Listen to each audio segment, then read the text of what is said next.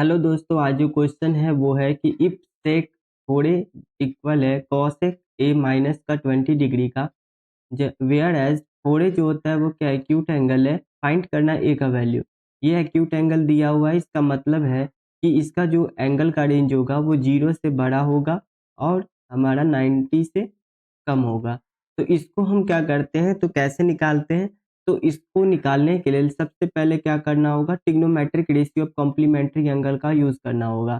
उसमें जो आइडेंटिटी रहती है कि उसमें हम कैसे जो होता है किसी फ़ॉर्मूला को, यानी जो सेक है एक आइडेंटिटी को दूसरे आइडेंटिटी में कन्वर्ट करते हैं। जैसे कि अगर सेक है तो उसको कॉसेक में कन्वर्ट करेंगे, तो कॉसेक है या उसको अगर कॉसेक है तो उसको सेक में कन्वर्ट करेंगे। तो इसको सॉल्व करेंगे इसलिए क्योंकि अगर दोनों साइड अगर कॉसेक कॉसेक होगा तो ये से ये कैंसिल होगा और यहाँ जो वैल्यू होगा वो वैल्यू इसके वैल्यू के इक्वल होगा, यानी ये वैल्यू जो होता है इसके वैल्यू के इक्वल होगा। उसके लिए हमको क्या करना होगा, तो कॉसेक को जो होता है वो सेक के फॉर्मेट में या सेक को जो होता है वो कॉसेक के फॉर्मेट में कन्वर्ट करना होगा। कोई एक आइडेंटिटी यूज करके हम इसको सॉल्व कर सकते हैं। तो क्या करते हैं, तो सेक को जो होता है वो कॉसेक के फॉर्मेट में हम लेके जाते हैं। तो यहाँ पर जो सेक कोड़े है इसको अगर हम बात करें जनरल फॉर्म में, तो अगर सेक जो होता है, सेक थीटा जो होता है वो इक्वल होता है कॉसेक 90 माइनस के थीटा इक्वल जो होता है इसके इक्वल होता है। तो यहाँ पे क्या करना है, तो ये कॉसेक 90 माइनस थीटा के क्या करेंगे, यूज करेंगे और इस सेक को जो होता है वो हम कॉसेक में कन्वर्ट करेंगे। तो यहाँ पे बस थीटा की जगह पर क्या है, 4a है।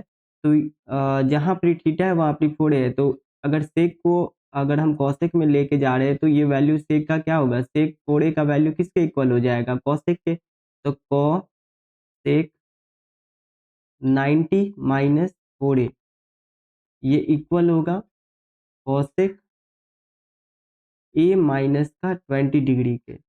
अब यहाँ से क्या होता है कि जो कॉसेक और कॉसेक कैंसिल कर देंगे, तो जो वैल्यू होगा यानी जो ये रेंज होगा, ये 90 माइनस का 4a अगर बात करें या a माइनस का 20 डिग्री का बात करें, दोनों का जो एंगल आएगा वो एक्यूट एंगल के रेंज में ही आएगा।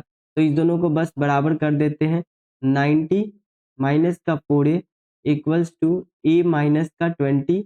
अब यहाँ से क्या करते हैं, तो इक्वेशन को सॉल्व कर लेते हैं। तो यहाँ 4a है, 4a को इधर साइड लेके जाएंगे। तो जब हम राइट साइड लेके जाएंगे 4a को, तो ये इक्वल हो जाएगा 90 इक्वल्स टू a माइनस का 20 डिग्री प्लस का 4a।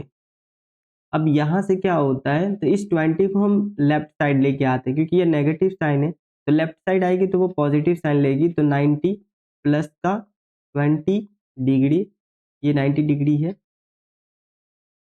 इक्वल्स टू ये 4a में a जोड़ेंगे तो ये 5a के इक्वल हो जाएगा। अब यहाँ पर क्या करते हैं, जब इसको जोड़ेंगे 90 में 20 जोड़ेंगे तो 110 डिग्री हो जाएगा और ये इक्वल हो जाएगा 5a के। अब जब ऐसे लिखा रहता है तो इसको चाहे हम ऐसे भी लिख सकते हैं, 5a को जो होता है 110 डिग्री के।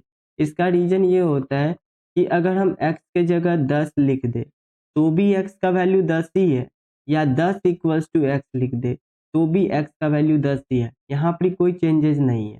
तो ये वैल्यू को हम ऐसे या इस फॉर्मेट में, इस फॉर्मेट में, दोनों फॉर्मेट ही सेम है।